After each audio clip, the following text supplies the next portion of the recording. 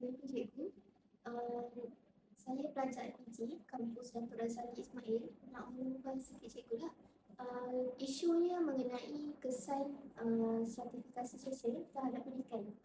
Jadi soalan yang ringkas je, ada dua soalan. Soalan yang pertama, pada pandangan cikgu, sejauh mana status sosioekonomi dalam keluarga mempengaruhi pencapaian akademik?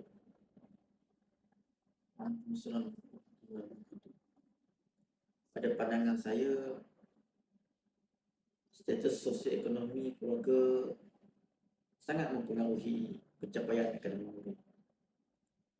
Murid dari keluarga T20, M40 biasanya datang dengan modal budaya yang lengkap.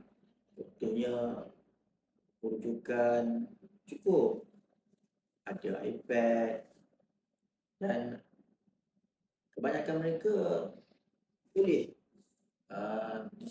menyediakan tuition. Manakala bagi murid B40 bukan tidak pandai, tapi mereka juga menghadapi kekangan sumber yang menyebabkan mereka lambat untuk bermula. Ini yang kita panggil sebagai jurang stratifikasi dalam bilik darjah.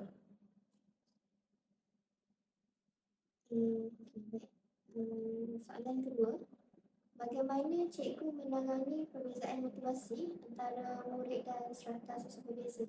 Macam kita tahu pelajar, tadi soalan pertama kan, pelajar yang keluarganya pendapatan yang lebih tinggi lebih banyak peluang untuk mendapatkan semua-semua bahan bacaan, semua-semua rujukan untuk pembelajaran.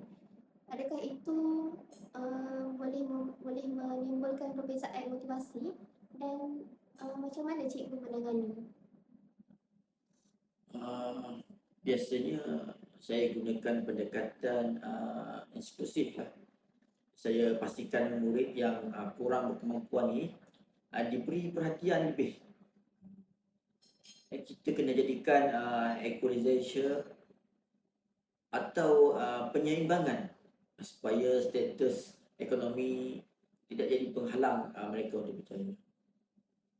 Terima kasih cikgu. Untuk maklumat cikgu, pengubah ini saya jalankan untuk menyelesaikan tugasan kursus sosiologi dalam pendidikan.